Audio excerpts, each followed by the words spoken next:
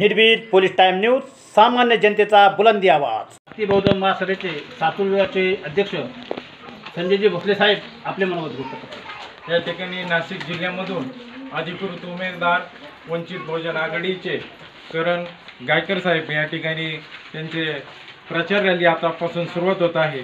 बऱ्याचशा महिला या ठिकाणी उपस्थित झालेल्या आहेत। आजपासून भारतीय बौद्ध महासभेच्या काही महिला आणि वंचित बहुजन आघाडीच्या महिला या ठिकाणी उपस्थित झालेल्या आहेत। आजपासून त्यांचा प्रचार चालू होणार आहे।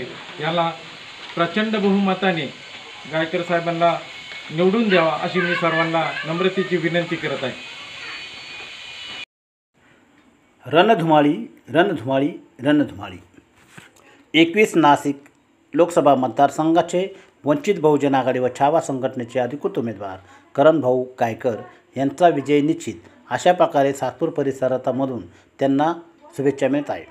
माता रमाबाई आंबेडकर कलारत्न पुरस्कार विजेते कमलता इंगळे व भारतीय बहुजन महासभा अध्यक्ष संजयजी भोसले अशा प्रकारे अनेक पदाधिकारी कार्यकर्ते वंचित बहुजन आघाडीचा प्रचार जोरदारपणे करून घरोघरी चिन्ह पोचवत आहे। करणभाऊ गायकर यांचं चिन्ह आहे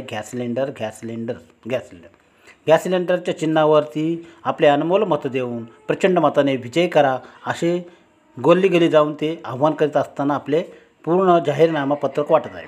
याचबरोबर त्यांचे पदाधिकारी कार्यकर्ते आहे चंदा बागुल, मोनिका प्रवीण वानखेडे, पूजा दादा आहेर अशा अनेक महिला व पदाधिकारी या ठिकाणी उपस्थित असताना सातपूर औद्योगिक वसाहत कामगार युनियन संघटना महिला पदाधिकारी याच कार्यात सहकार्य केले आहे।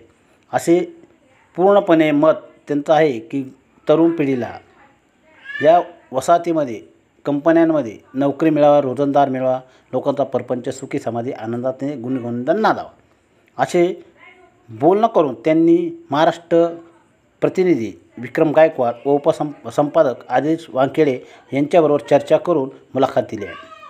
सर्वांनी काळजीपूर्वक आपले मत सिलेंडरला द्यायचं आहे। कुठल्याही प्रकारच्या आमिषाला बळी न पडता आपलं मत फक्त करणभाऊ गायकर यांना देऊन यांचा आवाज दिल्लीत पोहोचवायचा आहे आणि डॉक्टर बाबासाहेब आंबेडकरांचे नातू बाळासाहेब आंबेडकर यांचे हात बळकट करण्यासाठी त्यांच्या पाठीशी आम्ही खंबीरपणे उभे आहे असे आश्वासन दिले। धन्यवाद। जय भीम, जय महाराष्ट्र, जय शिवराय।